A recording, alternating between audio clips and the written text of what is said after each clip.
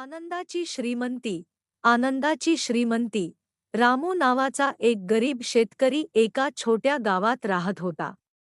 तो दिवसभर शेतात काम करून संध्याकाळी घरी येऊन आपल्या पत्नी आणि मुलांसोबत आनंदाने वेळ घालवत असे.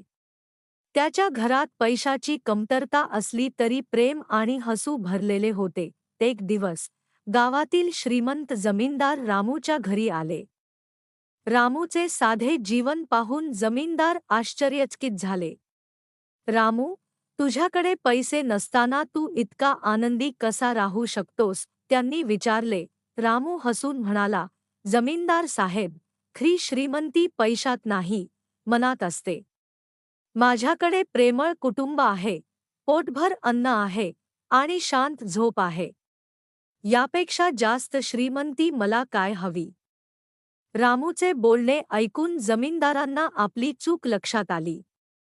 आपल्याकडे खूप संपत्ती असूनही आपल्याकडे शांती आणि आनंद नाही, हे त्यांना समजले. त्या दिवसापासून जमीनदारांनी आपली संपत्ती गरिबांना वाटायला सुरुवात केली आणि साधे जीवन जगण्याचा प्रयत्न केला. हळूहळू त्यांच्या मनातही आनंद नांदू लागला. कथेचा नीती: खरी श्रीमंती पैशात नाही, मनात असते. प्रेम, आनंद आणि शांती हेच खरे धन आहे.